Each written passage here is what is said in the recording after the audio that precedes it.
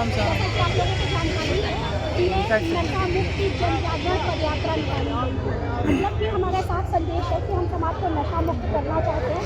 और आपने देखा कि जितने पीछे जो हमारे 15-20 हज़ार लोगों की जनता थी, वो पूरी सागर संभाग की जनता है और उनकी सिर्फ एक ही मांग है कि हमारे सागर संभाग को नशा मुक्त किया जाए और हमारे युवाओं का जीवन बचाया जाए। क्योंकि हम सभी को जानकारी है कि अपराध की मूल जड़ जो है नशा ही है।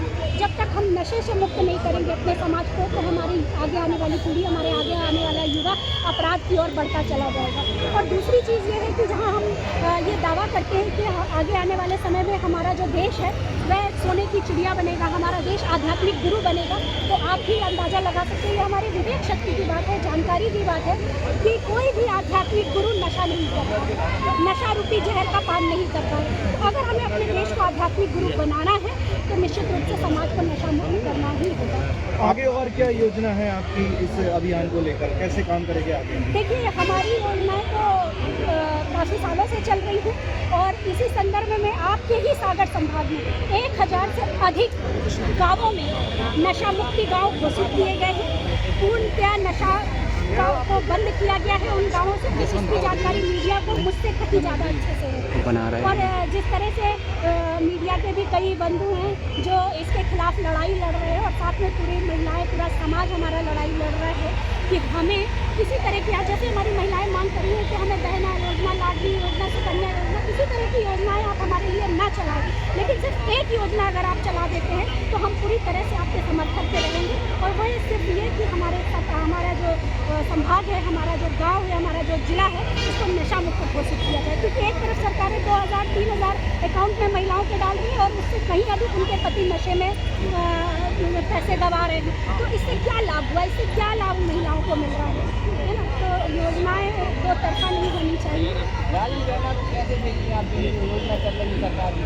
लेकिन हमें अभी उसी के विषय में जानकारी दी कि महिलाओं की मांग भी यही है कि हम ये योजनाएं जो चला रहे हैं महिलाओं के लिए ही चला रहे हैं, महिलाओं के हित के लिए ही चला रहे हैं ना। हम मंच से क्या दावा करते हैं कि हम बहनों के साथ हैं, है ना। ये जो योजना है हमारी बहनों के लिए, लेकिन बहनें क्या मांग कर रही हैं वो आप क्यों नहीं सुन रहे? बहनें बार बार ये मांग कर रही है कि आप हमको जितनी योजनाएं दे रहे हैं वो तो हमारे पास तक पहुँच ही नहीं पा रही है, उससे भी हमको नुकसान हो रहा है। क्योंकि जगह जगह पे जो शराब की दुकानें खुलवाई जा रही हैं उससे हमारे बच्चे जाके, आज आप देखिए ना, छोटे छोटे बच्चे नशे में घिरते चले जा रहे हैं। घर वालों को पता ही नहीं चलता, उनके माता पिता को पता नहीं चलता, वो बुरी संगत में पड़ के आज नशे की दुकान में, मैं स्वयं कभी निकलती हूँ रोडों में देखती हूँ कि बहुत कम उम्र के बच्चे शराब की दुकान पे खड़े हैं, शराब ले रहे हैं, किसी तरह की कोई पाबंदी है ही नहीं। तो हमारा युवा जो नशे में ग्रसित होता चला जा रहा है, महिलाएं बार बार ये मांग कर रही हैं कि हमारे बच्चों को नशे से मुक्त करो, हमारा बच्चा नशा ना करे, इसके लिए बहुत जरूरी है। आपके गुरुजी ने जो सरकार को अल्टीमेटम दिया था कि 2025 के बाद अगर सरकार शराबबंदी नहीं करती है तो आप लोग करेंगे, तो कई गाँवों में हो गई है। क्या ये मुहिम अब लगातार जारी रहेगी? नहीं, बिल्कुल लगातार जारी रहेगी, जारी थी और आगे भी जारी रहेगी।